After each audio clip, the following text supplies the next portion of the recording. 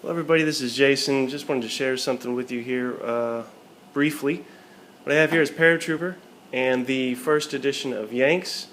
This came out in 1986, I believe, and was a fairly big deal because prior to this you just had Germans and Soviets. This introduced the Americans into the mix, and then you get Yanks, which gives the Americans their full due, at least in the European theater. The Japanese stuff would come later, but this was an even bigger deal. Anything and everything you needed American-wise in Europe in this box.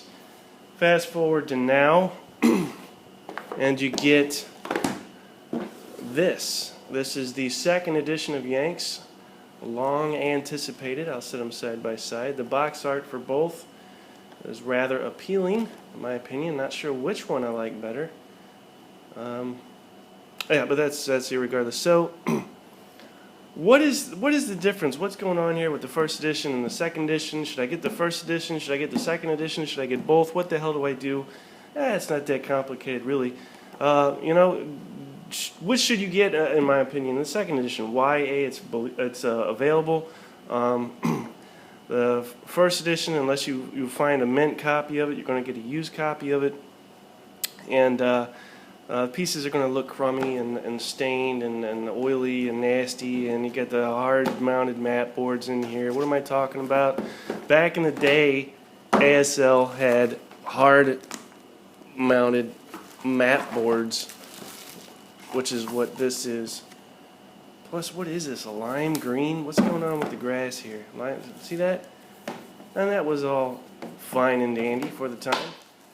But things change, and so did the maps. So you get different maps in this, which we'll get to in a second.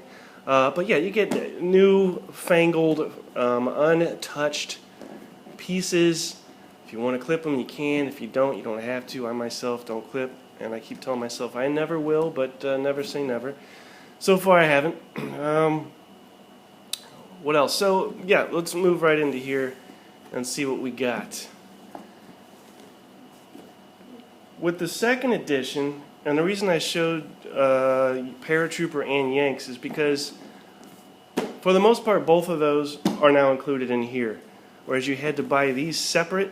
Another reason why you should buy this.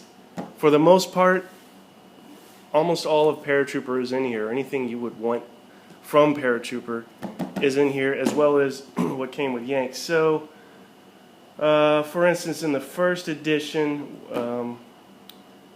you get your Chapter E. What else?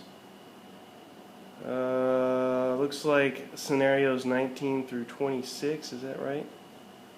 4 mounted mat boards, a bunch of counters. Let's see. Yeah, 8 scenarios. But with the second edition, you ready? Take a seat. This may take a second. Yeah, it includes the essential elements of Paratrooper and 24 additional scenarios. Chapter H contains over 20 pages of detailed notes on the guns and vehicles. 8 map boards.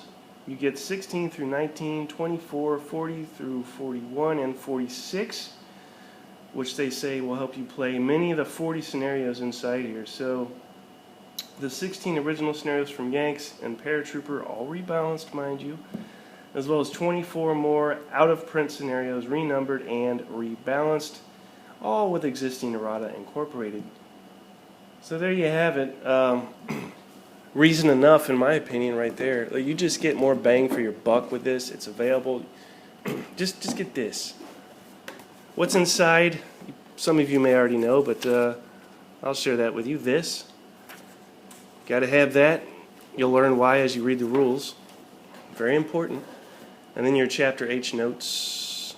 Again, all erratified and pretty and nice for your rules booklet. And your non-mounted new school map boards. Look at that. And I guess I'll do this. Yeah, I don't know what they were thinking, but they got the colors right. These days with these, can you tell the difference there? Maybe you can't. I don't think you can. But this is lighter. This is much lighter than this. This is a bit darker. Maybe that helps. Why does the intensity of my...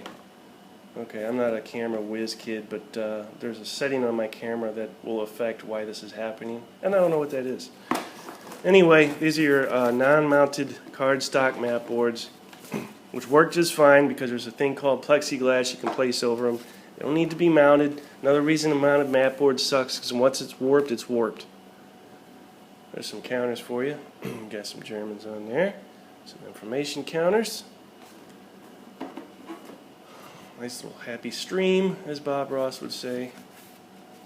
I wonder if they approached Bob Ross at one time about painting the mat boards. I'm sure he would have done it. More counters. Look at that. Gliders. All kinds of stuff going on in here. Are you kidding me? What? More? No, we're not done. Hold on. And more. Another mat board. Look at that. Wait. More. More. And I was thinking about this today. Some people, I'm sure, might buy this just for posterity's sake. Keep it in the shrink. I don't know how I feel about that. Keeping things in the shrink. Kind of defeats the purpose of having them. These things are meant to be played. I understand, especially with ASL, there's a resale value, and if you keep it in the shrink, you get more for it. But then what happens when you sell it, and somebody says, hey, there's something wrong in the box, a sheet is missing, or a map is missing, or something's wrong. You won't know because you never opened it. Plus, part of the joy, fine, you ain't going to play it, at least open it up and look at the dang stuff. Look how thick this is. Seriously? This is like a thick magazine's worth of scenarios. Just a ton of scenarios. This will keep you busy for months. Seriously.